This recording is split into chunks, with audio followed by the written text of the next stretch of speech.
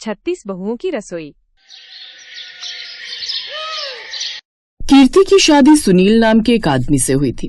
कीर्ति भी बहुत गरीब थी और सुनील भी बहुत गरीब घर से था और एक छोटी सी चौल में रहा करता था, जिस चौल की देखभाल लीला नाम की एक औरत किया करती थी।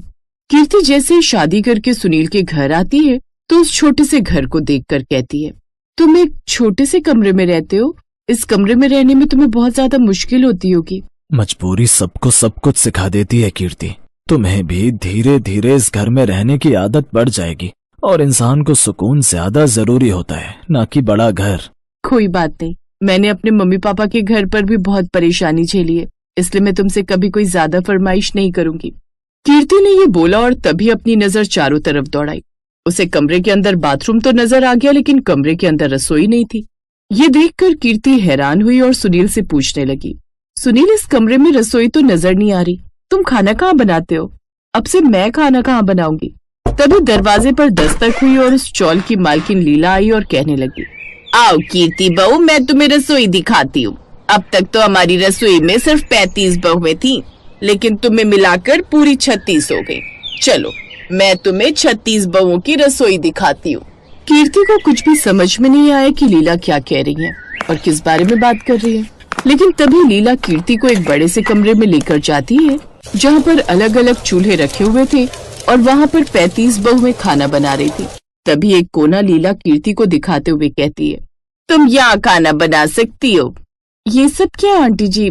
तो इसका मतलब ये सारी औरतें आपकी चौल में रहती हैं और एक साथ इस रसोई में खाना बनाती हैं। कितनी ज्यादा परेशानी होती होगी।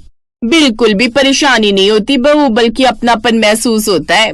धीरे धीरे तुम्हें भी ये 36 बहुओं की रसोई बहुत अच्छी लगने लगेगी। कीर्ति ने अपने मायके में गरीबी तो देखी थी, लेकिन इतनी ज्यादा तंगी उसने कभी नहीं देखी थी। वो ये सब कुछ देखकर बहुत ज्यादा हैरान होती है और उसके बाद अपने कमरे में आकर सुनील से कहती है, सुनील, मुझे पता था कि तुम गरीब हो, लेकिन मुझे नहीं पता था कि तुम इतने गरीब हो। मुझे इस बात की खुशी है कि तुम्हारे कमरे के अंदर बाथरूम है, इसलिए मुझे सुबह सुबह परेशान नहीं होना पड़ेगा, लेकिन इस कमरे में तो रसोई नहीं है। हम इस कमरे में कैसे एडजस्ट करेंगे? हम कहीं और शिफ्ट हो जाते हैं। सुनील ये बात सुनकर परेशान हो गया और कहने लगा, कीर्ति, मैं इस जगह पर पिछले 7 सालों से रह रहा हूँ और मुझे इस जगह पर बहुत ज्यादा अपनापन लगता है, लेकिन फिर भी अगर तुम कहती हो तो तुम्हारे लिए मैं कहीं और शिफ्ट होने को तैयार हूँ, लेकिन मुझे थोड़ा समय लगेगा। तब तक तुम इस 36 बहुओं की रसोई में एडजस्ट कर लो। सुनील को उस चौल का सिर्फ 3000 रुपए किराया देना पड़ता था, जो कि मुंबई जैसे शहर में बहुत ज्यादा सस्ता था। सुनील उस कमरे में रहकर बड़े आराम से अपना खर्चा चला पाता था और कुछ पैसे भी जमा कर पाता था, लेकिन कीर्ति की इच्छा की वजह से उसे जल्द से जल्द अपना मकान बदलना था। अगली सुबह कीर्ति अपनी पहली रसोई करने के लिए जैसे ही 36 बहुओं की रसोई में जाती है तो बगल में खाना बना रही कुसुम कहती है, क्या बात है कीर्ति, आज तो तुम्हारी पहली रसोई है, क्या बना रही हो? थोड़ा मुझे भी देना, आखिर मैं भी तो देखूं सुनील भाई की बहू कैसा खाना बनाती है। तभी वहाँ पर लीला आ गई और कीर्ति को बहुत सारा सामान देकर कहने लगी, ये ले बेटा, आज मेरी तबीयत थोड़ी ठीक नहीं है। 36 बहुओं की रसोई में हर बहू एक दिन मेरे लिए भी खाना बनाती है। आज तेरा दिन है और वैसे भी आज तेरी पहली रसोई है, तो इस बहाने मैं तेरे हाथों का खाना भी खाकर देख लूंगी। मेरे घर में सिर्फ 10 लोग हैं, तो उनके लिए भी खाना बना दे। कीर्ति ये सुनने के बाद मन में कहती है, बाप रे बाप, 10 लोगों का खाना बनाना पड़ेगा। इतना खाना तो मैंने जिंदगी में कभी नहीं बनाया, लेकिन मना भी नहीं कर सकती। पूरी 35 औरतों के सामने मेरी इज्जत खराब हो जाएगी। कोई बात नहीं, बना देती हूँ। कीर्ति किसी तरह सुबह से लेकर दोपहर तक लीला को खाना बनाकर दे देती है और सुनील के लिए भी वो खाना बनाकर लेकर जाती है। सुनील जब उसे दोपहर में खाना लेकर आते हुए देखता है तो कहता है, कीर्ति, तुम्हें खाना बनाने में इतना ज्यादा समय क्यों लग गया? कीर्ति ये सुनकर गुस्सा हो जाती, अगर ये सवाल पूछना है तो अपनी 36 बहुओं वाली रसोई चलाने वाली उस लीला आंटी से पूछो। उन्होंने मुझे इतना सारा काम दे दिया था और उस रसोई में खाना बनाना बिल्कुल अच्छा नहीं लगता। तुम तो जानते हो कि मैं वेजिटेरियन हूँ और 4-5 बहुएं तो वहाँ पर नॉन वेज बना रही थी। मुझे तो उल्टी होने वाली थी, बस किसी तरह कंट्रोल किया। कोई बात नहीं कीर्ति, तुम चिंता मत करो।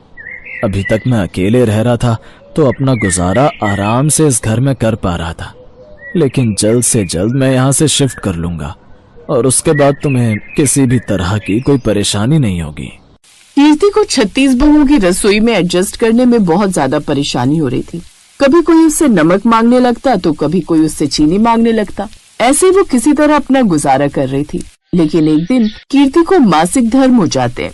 वो खाना बनाने के लिए बैठी हुई थी और तभी उसके पेट में दर्द होने लगता है। उसके पास खाना बना रही लता कहती है, ये क्या कीर्ति, तुम्हारा चेहरा तो उतरा हुआ है, लगता है तुम्हारी तबीयत बहुत ज्यादा खराब है। हाँ, आज मेरे पेट में बहुत ज्यादा दर्द हो रहा है, इसीलिए मेरा बिल्कुल भी खाना बनाने का मन नहीं कर रहा। लेकिन सुनील काम पर निकल गए हैं, अगर मैं खाना नहीं बनाऊंगी तो वो भूखे रह जाएंगे। बस इतनी सी बात, तुम्हें आज खाना बनाने की कोई जरूरत नहीं है। हम आखिर किस दिन काम आएंगे? एक दिन तुमने भी हम सबको खाना बनाकर खिलाया था, हम खुद खाना बना लेंगे। कीर्ति ये बात सुनती है तो उसे बहुत अच्छा लगता है और वो जाकर अपने कमरे में आराम करने लगती है।